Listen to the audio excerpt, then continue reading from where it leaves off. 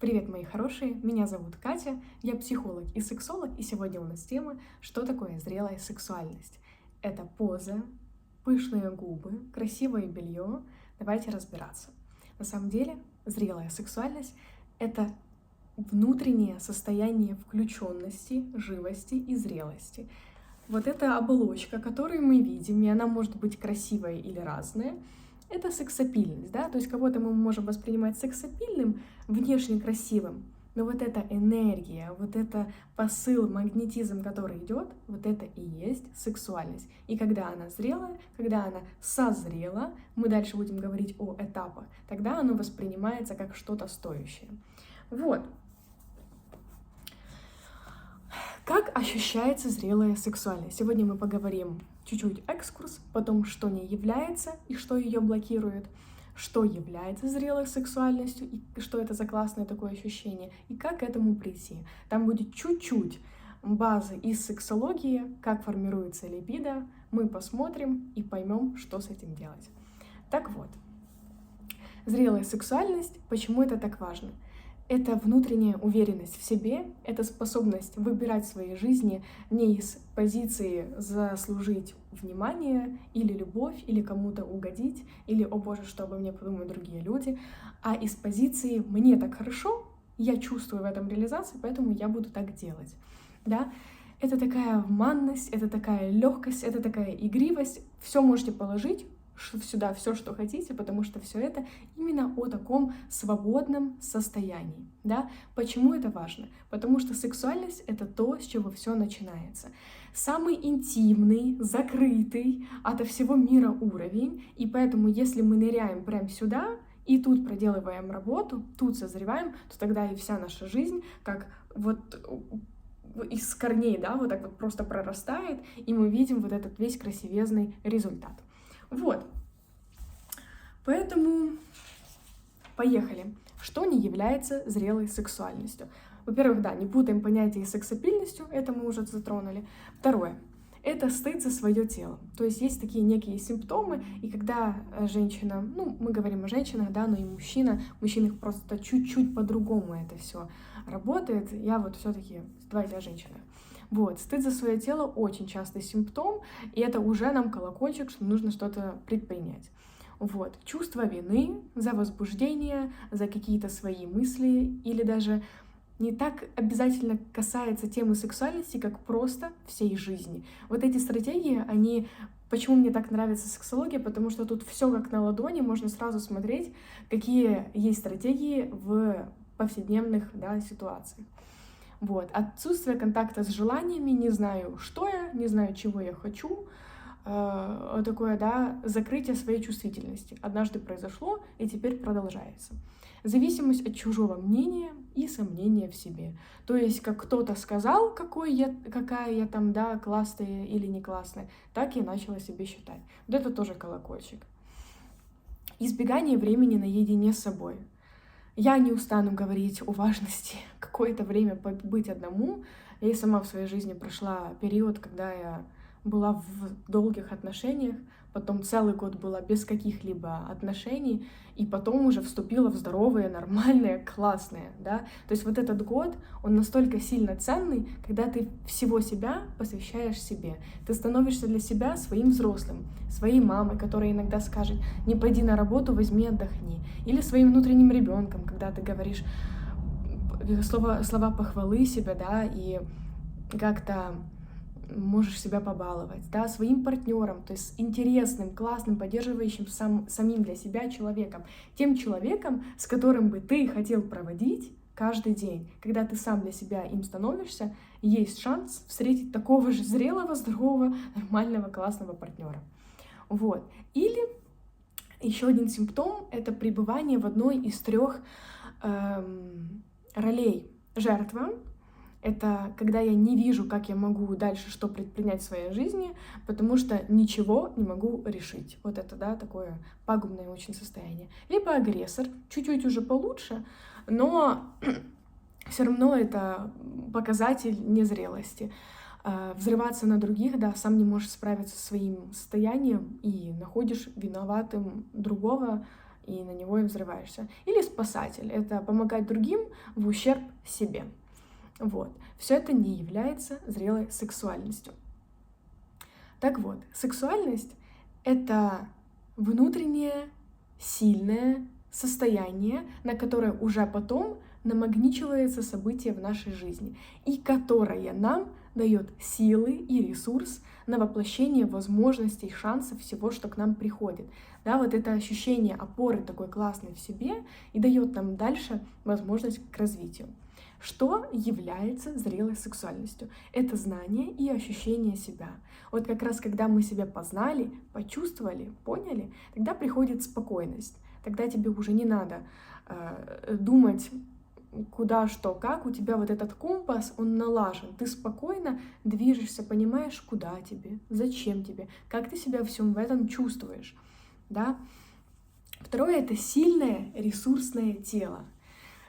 Тело всегда отображает состояние психики. Если оно сильное, гибкое, без внутренних зажимов, то же самое всегда можно сказать и о психике.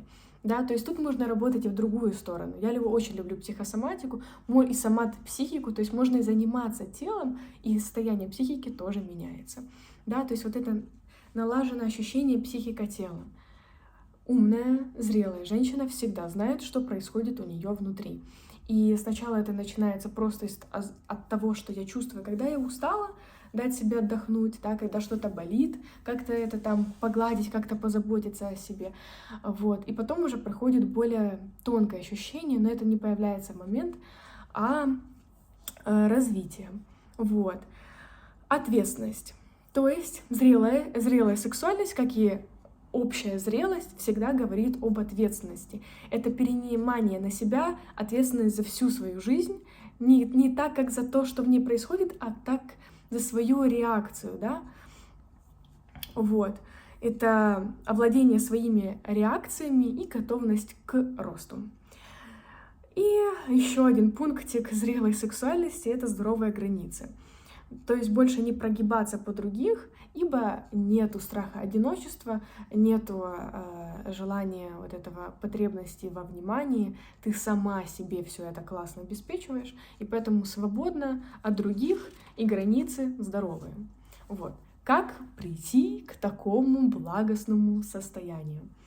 Вот. Сексуальность формируется слоями, то есть это не то, что с нами однажды произошло в моменте, а оно начинается из нашего самого рождения. Да, но сегодня давайте, вот я говорила, что дам чуть-чуть базу сексологии. Есть 3 главных этапа формирования либидо. Это платонический, эротический и сексуальный непосредственно. Это зависит, временные рамки зависят от половой конституции. То есть, да, нашего времени созревания, кто-то в 10 лет, а кто-то в 16.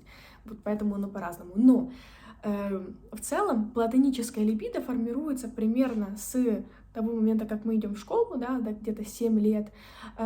У кого-то до 10, у кого-то может продолжаться до 14 лет. Да, слышали платонические отношения, как будто бы умственные. Вот это оно и есть. Это этап, на котором у нас формируется сексуальный интерес. Это первый этап сексуальной зрелости. Здоровый сексуальный интерес. Если тут, на этом этапе, у девочки, да, была возможность проявлять интерес, была возможность влюбиться вот так вот в первый раз по-детскому, дружить по-особенному, гулять, смотреть отличия мальчика и девочки, да, ну, я имею в виду, кто-то ходит в платьичках, кто-то в штанах, кто-то играется машинками, кто-то куклами, кто-то в дочке матери, а кто-то там еще во что-то, мальчики, да. Вот, то есть нахождение вот этих различий и причисление себя к клану девочки, а мальчика к клану мальчиков. Да, это важно, это первый этап вот этого здоровости. Второй этап — это эротическая либидо. Тоже временные рамки разные, примерно, скажем, 14-16 лет.